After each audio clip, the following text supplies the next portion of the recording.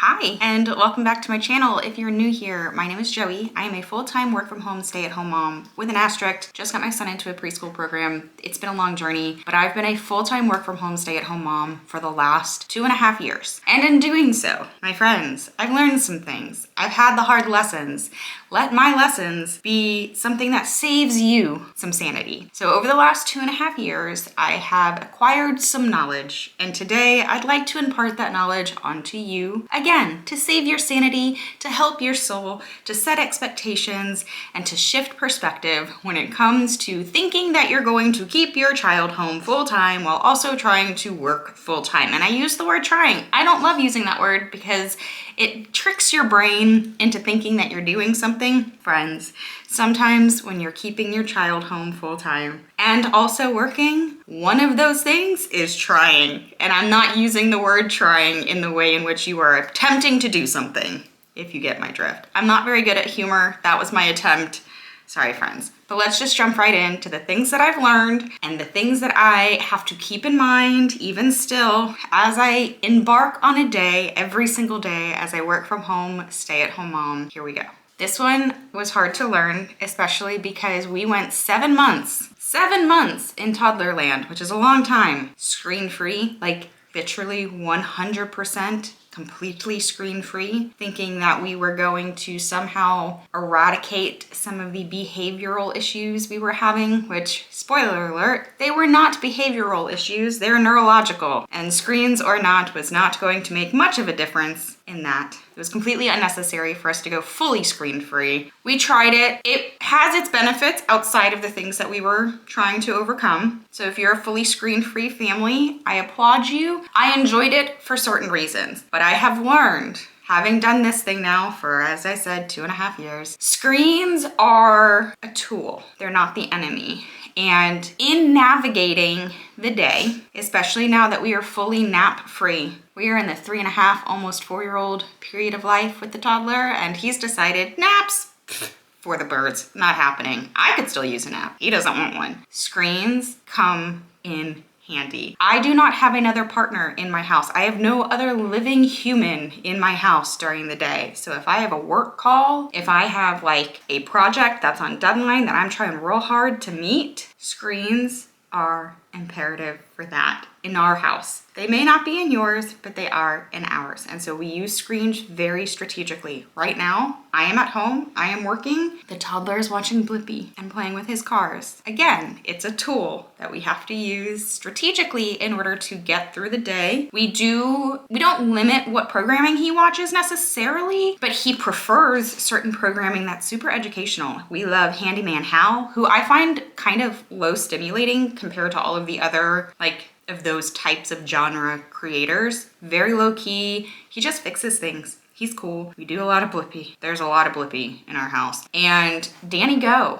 If you have not discovered Danny Go, oh my word, you guys. As an adult, my husband and I, as adults, he goes unnecessarily hard. Like his songs are jams. Into it. Love Danny Go. The next thing I have learned, and I feel like this is a given, and I should have just known this, and you may already know this, but quiet moments are rare, so you have to make the ones you have count. And the way that this sometimes becomes a problem is, maybe you can relate to this, in the moments that are funnily still or just like quiet for a moment, my body instinctively wants to sink into that and scroll my phone for a minute. I just need my brain to still, and I just need to soak in the quiet. But as I work from home, stay-at-home mom, my friends, the scrolling is not for us. We've got to make those moments actually be utilized to our benefit. And so I try to map out the periods of our day that may be quieter than others, which is impossible. The tractor's broken. Okay, hold on. I'll be right back. That was a perfect example of something that I don't think is on this list, but just having to be flexible and having the ability to kind of drop in and pop out of the focus that you're having to have in any given moment, which is really difficult and can make you feel a little bit like you're losing your mind, but you actually become more and more practiced in it. I will also say, along with having to use quiet moments to your best advantage as you can, something that goes hand in hand with that is knowing exactly what you need to be doing at any given moment. And so having some sense of organization, some to-do list that works for you, some type of system as far as how you organize all of the things that need to be done at any given moment, whether it be for your home, for your child, or for your work. I use Notion. I've shared some about my Notion on here before. This isn't really a part of this video, but just that little interruption reminded me because I know right now this is what I need to be doing. It's on my calendar, it's in my Notion. And so this is the quiet moment I've like designed for myself, and it's being utilized as it needs to be utilized. This is more of like a perspective shift, but some days the win is just keeping everybody alive and fed. And that could be disappointing to hear as a work from home, stay at home mom, because obviously you have a job that needs to be done. And you're not always going to be able to move the needle the way you want to move the needle with your work. It's my assumption, if this is something that you're doing, that your company is very flexible and understanding. The work that I do, half of it is for myself as a company that I own. The other half of it is for a company that I work for. I have a boss. There is a legitimate like overhead type situation, but they're very understanding, and my work is pretty asynchronous for the most part. Sometimes not so much, but I map out our weeks to kind of prepare, or I basically plan out our weeks that it's gonna go off the rails. At some point, things are gonna go off the rails. Either I'm gonna lose my will to live, or something's gonna happen, because inevitably something's going to happen. And it's either gonna pull my focus, or I'm gonna lose my ability to function like at my peak. And so the way that I account for that is I front load my weeks as best as I can.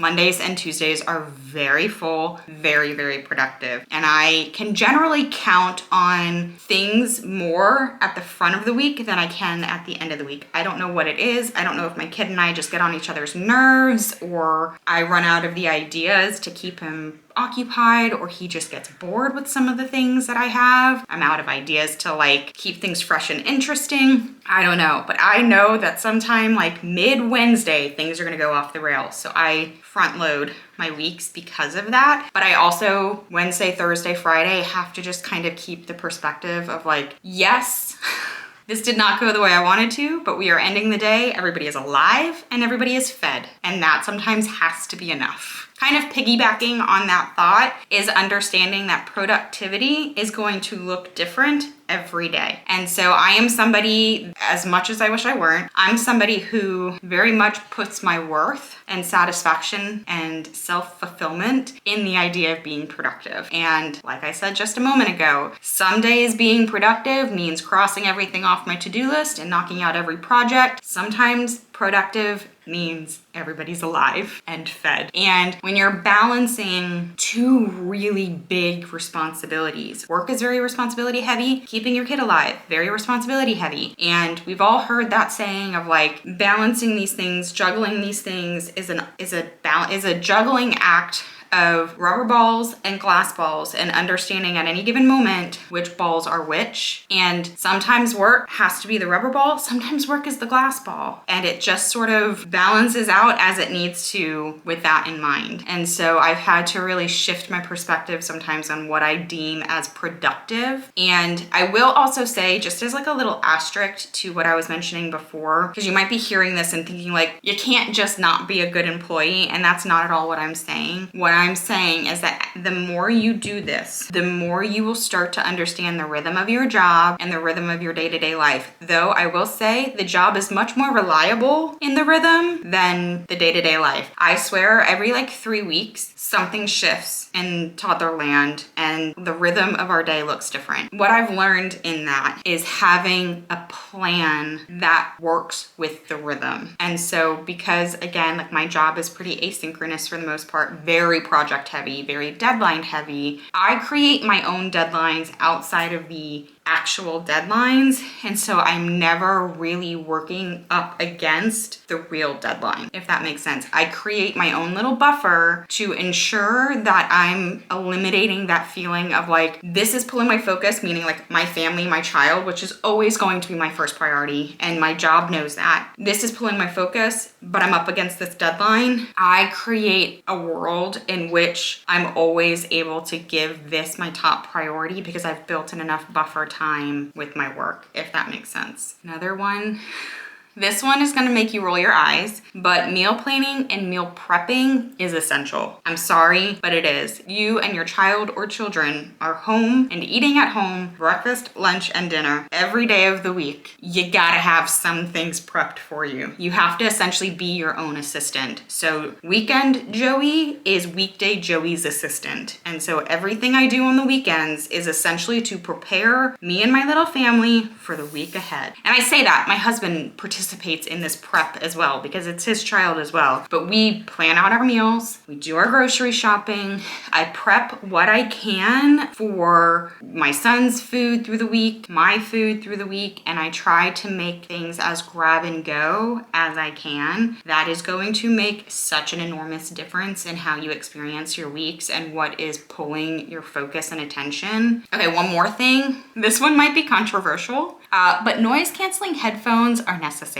They are fully necessary, and I don't mean to use them in a way that is dangerous, but if you're somebody like me that gets super overstimulated very easily, by the like 3:30, 4 o'clock mark in our day, I've hit peak. I am overstimulated. The noise, the touching, all of the things. This is also the part of the day where I'm trying to like move us into the evening, doing dinner, trying to clean up from the day, all of that. I make sure the toddler is doing something safe. I also make sure the toddler is somewhere I can see him. And then we put the noise canceling headphones in. We put a podcast on. We put focus music on. We do calming frequencies.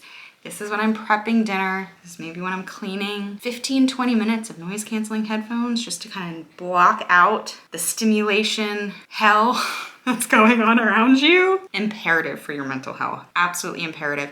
I will also say noise canceling headphones are excellent for those times. We live in a very small house. Also, the door to my office has like a cat door. So my cat can get in and use the litter box. So even though the door is shut, I can hear everything that's happening in our house. So like on the rare occasions I have a babysitter or someone's here playing with my son, keeping his attention, and I have a few minutes to work in here, it's very easy for me to still get distracted. And so again, the noise canceling headphones, fully necessary. I also have a set of headphones that I received from a company off of TikTok shop that are over the head headphones, but they have a microphone that like flips down. Like I look real legit with this thing, but it has a microphone that is voice isolating. Game changer. I'll have to link it down below, or can link the same type of thing down below, because a lot of time I'm on a call or a meeting, and as you just saw, like the kid will be yelling or screaming in the background. There's nothing more like mortifying than that. I know my company understands, but especially for a while, there was a period of time that like if my kid saw that I was either on a Zoom call or on a phone call, that was his cue to be as persistent in asking the same question over and over and over and over and over again. And no matter how much I tried to ignore him, he would just get louder and louder and closer until I was able to like give him my attention. But you're also trying to give attention to the thing that's happening in front of you where the person's speaking, or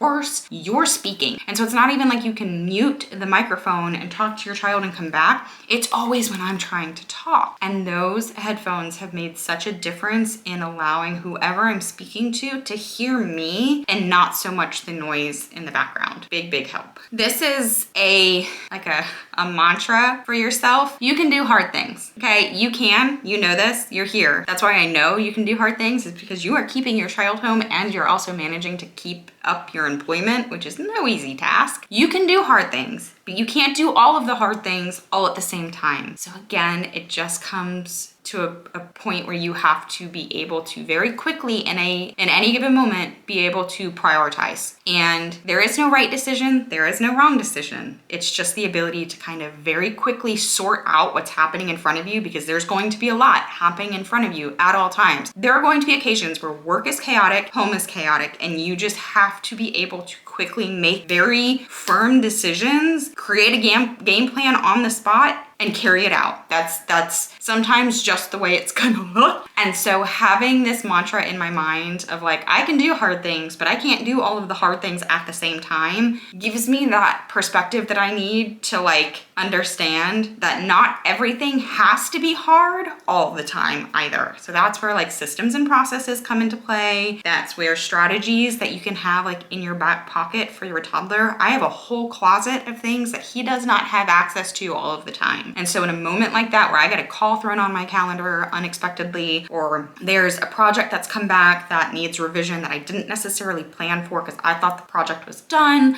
Whatever the case may be, you're gonna have things that pop up. Have strategies that you can utilize, whether it be for your work or for your child, that help you organize which things are going to be hard at any given moment. And here is one that you're gonna roll your eyes at me for, because you're doing it by yourself for the most part, I imagine. You are likely a very highly independent person. That is me. I'm also somebody that, like I mentioned before, carries great pride in being able to do all of the things and be super productive. But I've learned over the last 2.5 years that it's okay, and not only okay, but fully imperative to ask for help. It's not a weakness, it's necessary, and it's actually maturity. And while you may not be able to get the help in your day-to-day, because the reality is, like, for instance, I'm not gonna be able to just like call somebody and be like, hey, can you come over to babysit? I don't have that option, I don't have that resource. But where help can come into play is, for instance, I again utilize my weekends to make my weekdays a little bit easier. So sometimes that might mean that, like, while my husband is home, I may take a few hours and go to the coffee shop and get some serious work done for my job, and I leave him with a to-do list of things that are gonna help set me up and my kid up for a successful week. So having that organization and being able to say, like, hey, it would be really helpful if you could go ahead and batch make some ground beef, and if you could go ahead and pick up a rotisserie chicken and cut it off the bones. That would be really helpful for the week. So having help in that way. Another way that help comes into play for us is when I'm drowning and feeling like I can't possibly make it on my own. I have other friends that are work from home, stay-at-home parents. So no, they're not able to like watch my child because they are also busy, but sometimes we unite forces. And so while we're all still in the same place, all still trying to get a million things done, sometimes just changing the location or introducing another child that the kid is excited to play with and like go and use the same toys that they've been playing with all day, now suddenly have new life to them because they're playing with a friend. And so having some friends that you could maybe call on to be like, hey, can we do like an emergency play date? We have parks in our area that have free Wi-Fi, which is great. We all also have like hotspots on our phones, so those help a lot as well. Sometimes just doubling the number of adults around, even if it adds to the chaos of the kids, somehow that's easier. But find the ways in which your village, or even lack thereof of a village, make your own if you need to. I had to make my own village. Find ways that your village can help support you the best you can. And if you don't have a village, make one. How I made a village is I started to attend. I was here feeling very isolated doing my job in this house alone with the toddler that at that time wasn't going to any kind of programming. It was all day, every day. And I felt very alone, very isolated. And what felt impossible was getting out and doing things because I was already out of time. But taking some time to invest in going to story times, going to local playgrounds, attending certain local events, I just had to get over the fear of like making friends.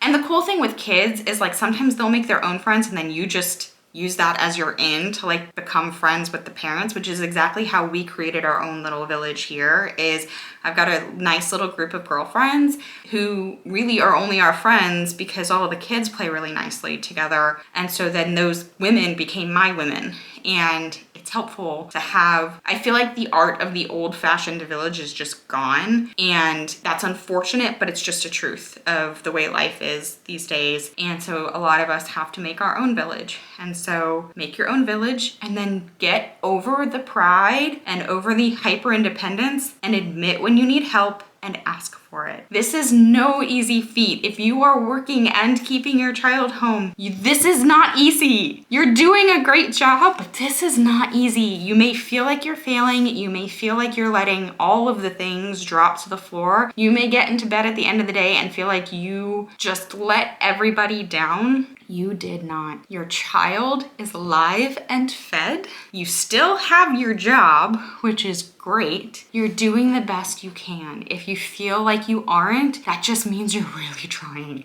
It means you have high standards. I get it, I'm there too, but you're doing a great job. Best piece of advice I can leave you is to be your future self's best friend. And so when I say that, I mean, think of all of the different ways that you can do little favors for your future self, whether it's to help something be more efficient or it's just something that like your future self is going to appreciate. For me, that's always making sure that the coffee pot is set the night before. So the very first thing I have, now my husband sets the coffee pot. It used to be me. He does that now, which is really nice. It's a nice way to like feel loved first thing in the morning.